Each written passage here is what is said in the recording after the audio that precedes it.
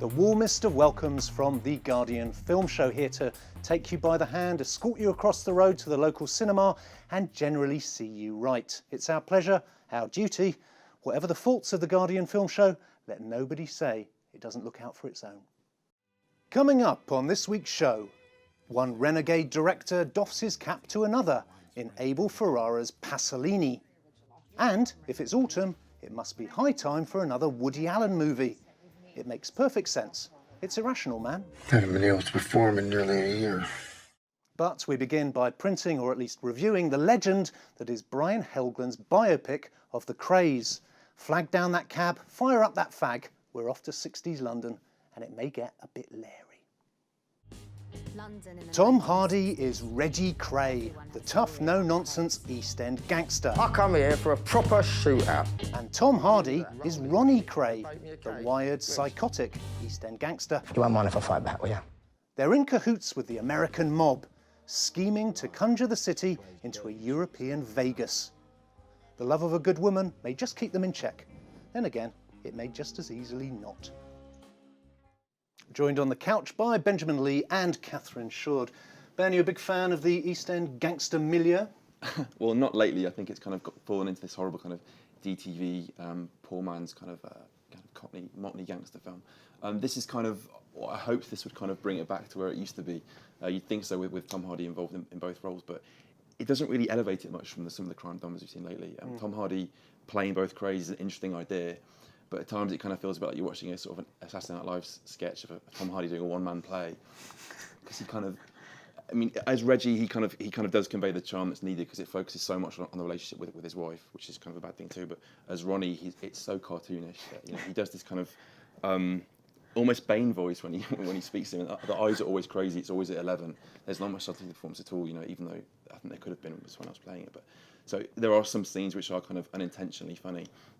But the film in general is just so broad and cartoonish, given the fact that they're actually talking about something which wasn't that long ago and still has affected people's lives. It all feels very bright. Every scene is so brightly lit, and it feels like an odd way of telling the story. So what you get is a complete lack of atmosphere. So rather than giving you an idea of how it felt to be in this area which was gripped by this, these two gangsters, it feels like it feels completely sort of characterless and really kitsch at times. I thought that the colour choices, it was strange. It's a strange choice as well for Brian Helgeland to be directing it. I mean, he's not someone with an obvious affinity for this world, which might not necessarily be a bad thing, but it seems that it's very much the kind of tourist brochure view of what 60s London looked like. Yeah, especially the way that it's designed, it does feel like a set the whole time. You don't really feel like you're in London ever. It feels like an American's idea of what London looks like. And the choice to have Emily Browning, who plays Reggie's wife, to narrate the whole film is just completely odd because she's not involved in a lot of the things that happen. So she's commenting on the police after them, and she has no idea what she's talking about. And it's one of the kind of laziest narrations I've seen for a while because it kind of drops in and out whenever they need to, and it becomes kind of cheap narrative shorthand for situations they can't, show through dialogue or action. So it feels like quite a lazy way to tell the story. You've got the big showpiece fight between Hardy versus Hardy. How was that?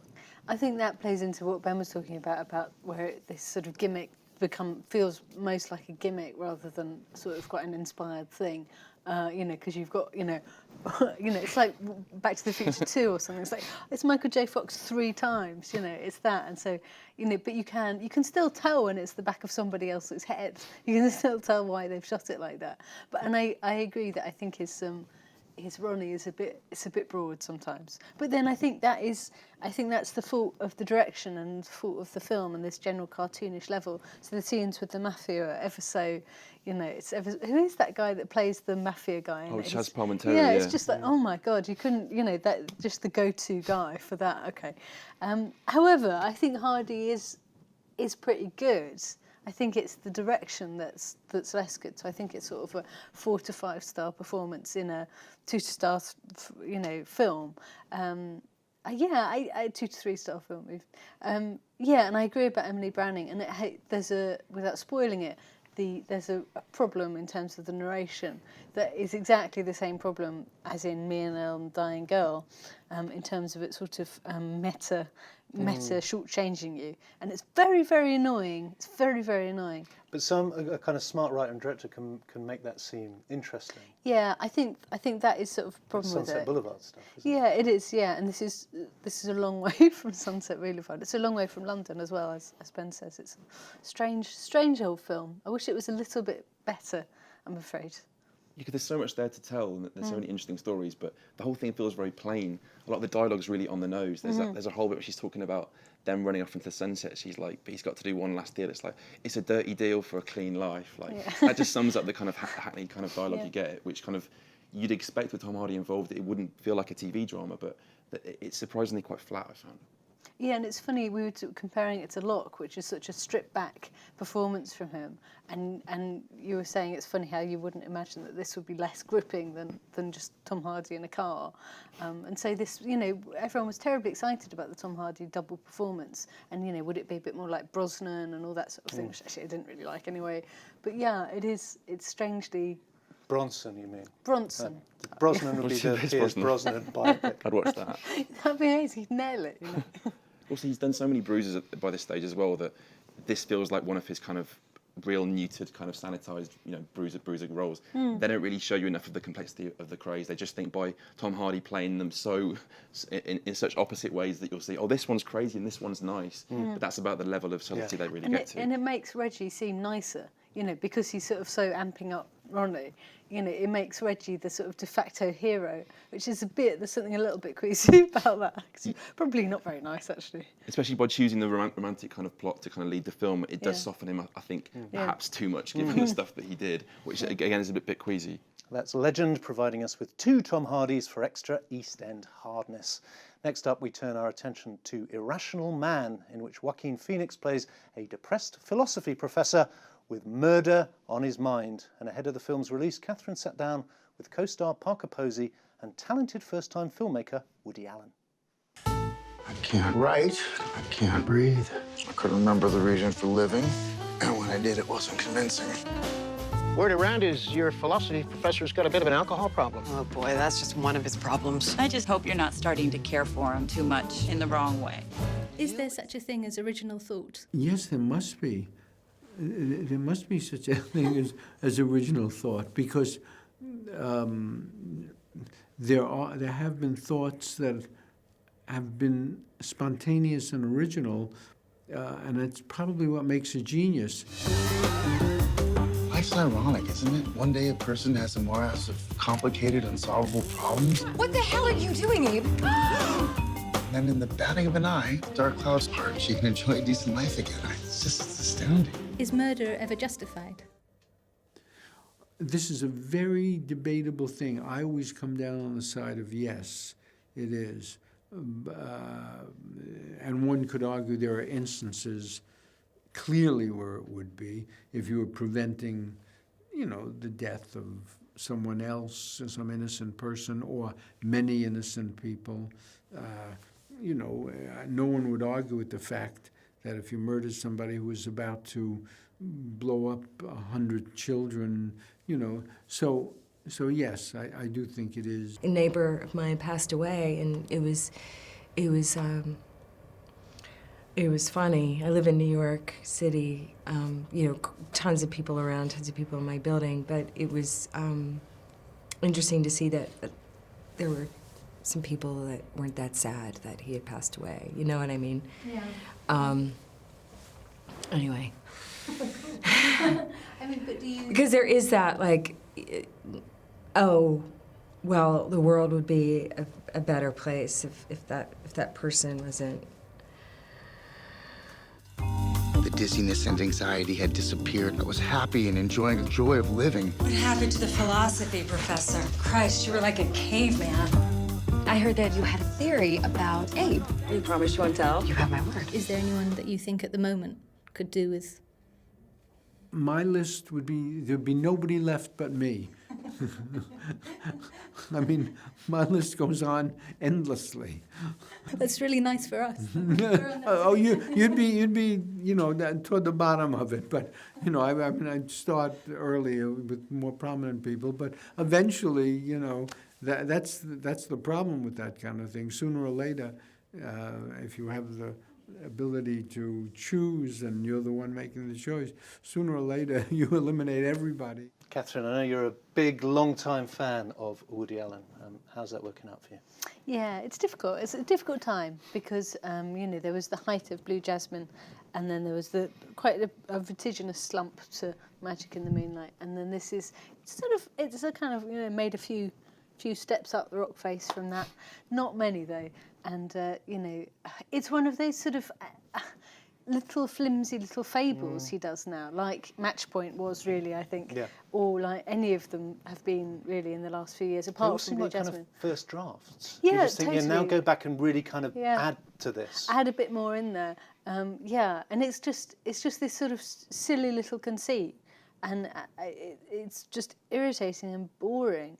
And it has this weird thing that it sort of glamorizes academics, and you have this big problem that Joaquin Phoenix, who is very attractive, in this, he's so depressed, he's such a depressive, that you have no idea why she would fall for him. He's also quite fat. He's got like a proper, I mean, in a way, it's an admirable stab at realism. But he's got a proper paunch that you see quite a lot. I mean, he's not even good looking in it. So, and that's very odd. And then, you know, she's very irritating in it, I'm afraid. And he's annoying. And Parker Posey's good. She's the only sort of good thing in it. She's weirdly... She doesn't do enough now, She doesn't do does she? enough, She was no. great. But in this, she's strangely sane. You know, the thing about Parker Posey is bananas. But in this, she's like the one bit of sanity in it.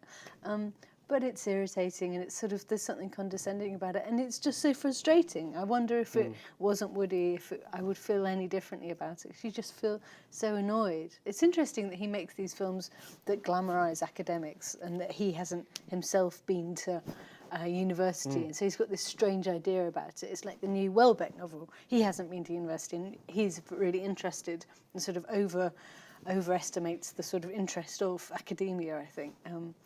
That sort of cultural cringe. Yeah, I don't know about cultural cringe. I think it's just a misapprehension about how interesting it is. It's something like The Rewrite. It's, you know, academia is dull, and professors aren't always completely fanciable in this way. I mean, is it a problem as well that it slightly falls between two stools, in that it's either, you know, you kind of trying to work out whether it's a absurdist black comedy or something kind of really dark and serious? It's neither. It's a light drama. I mean, there's no laughs in it. There's really no laughs in it.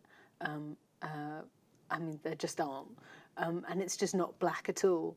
And it's just a bad, whatever the genre is, it's not working out. It's just, I mean, you know, it's just so, it's so thin. If you think of the kind of amount of stuff there is in Hannah and Her Sisters, Crimes and Misdemeanors, Manhattan Murder Mystery, this is just, there's nothing there. You know, it's like, you know, going to lunch and there's, you know, I know, an old croissant, you know, I mean, there's nothing. It's frustrating. And I'm sorry to feel frustrated because, as you say, I do love Woody more than anything. Are we missing the point, though? Because it seems that sort of at least once a year we sit here and say, oh, you know, he used to be so good and now he's not anymore. I mean, no, but he's quite happy, he's churning them out.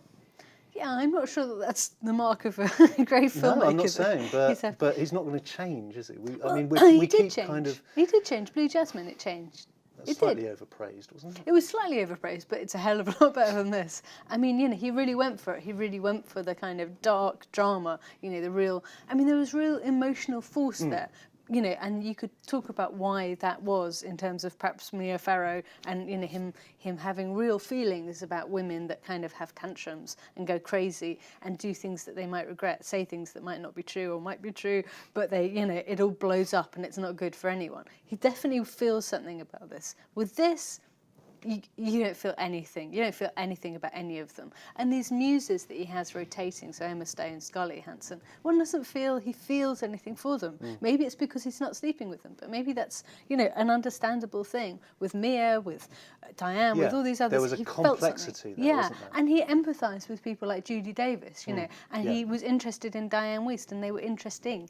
this, it's just nothing. It's not even that he's disconnected from a young people's world like Emma Stone would be in. It's just that there's not the interest. He doesn't care.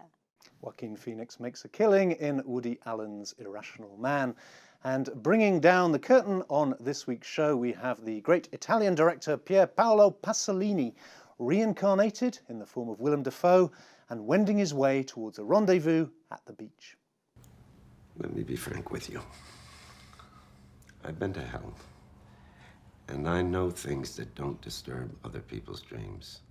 Here's Pier Paolo Pasolini, a raw-boned panther in middle age, fresh from a meeting with Ingmar Bergman and poised to prepare for his next masterpiece.